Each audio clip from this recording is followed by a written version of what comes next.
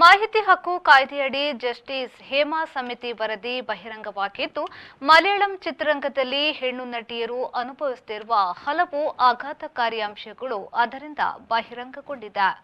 2019ರಲ್ಲಿ justice Hema ಸಮಿತಿ ರಚನೆಯಾಗಿತ್ತು. ಅದರ ವರದಿ ಮುಚ್ಚಿಡಲಾಗಿತ್ತು. ಒಬ್ಬ ನಟಿಯ ಮೇಲೆ ನಟನಿಂದ ಲೈಂಗಿಕ ಕಿರುಕುಳ. ಮರುದಿನವೇ ಆತನ ಪತ್ನಿಯಾಗಿ ಶೂಟಿಂಗ್. ಸಿಟ್ಟು ಇದ್ದುದರಿಂದ 17 ಟೇಕ್ ಆದರೂ ದೃಶ್ಯ ಸರಿ ಬರಲಿಲ್ಲ. ನಟಿಗೆ ನಿರ್ದೇಶಕನಿಂದ ಬೈಗುಳ. ರಾಜಿ ಮಾಡಿಕೊಳ್ಳಲು, ಹೊಂದಾಣಿಕೆ ಮಾಡಿಕೊಳ್ಳಲು ನಟಿಗೆ ಹೇಳಲಾಗುತ್ತದೆ. ಕೇಳದಿದ್ದರೆ ಕೋಡ್ ನೀಡಿ ಚಲನಚಿತ್ರ ರಂಗದಿಂದ ದೂರ ಇಡಲಾಗುತ್ತದೆ. ಕ್ರಿಮಿನಲ್ ಗ್ಯಾಂಗ್ನಿಂದ ಚಿತ್ರರಂಗದ ನಿಯಂತ್ರಣ, ಶೂಟಿಂಗ್ ಸ್ಥಳದ ತಂಗುವ ಕೋಣೆ, ಕುಡಿದು ಬಾಗಿಲು ತಟ್ಟುವ ನಟರಿತ್ಯಾದಿ ಮಂದಿ.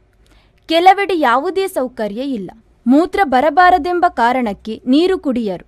ಮುಟ್ಟಿನ ಕಾಲದಲ್ಲಿ ಯಾವುದೇ ಸಹಕಾರ ನೀಡದೆ ತೊಂದರೆ. ಇನ್ನು ಎಲ್ಲಾ ಹಂತದಲ್ಲೂ ಹೆಣ್ಣಿಗೆ ಗಂಡಿಗಿಂತ ಕಡಿಮೆ ಸಂಭಾವನೆ ಸಿಗುತ್ತದೆ.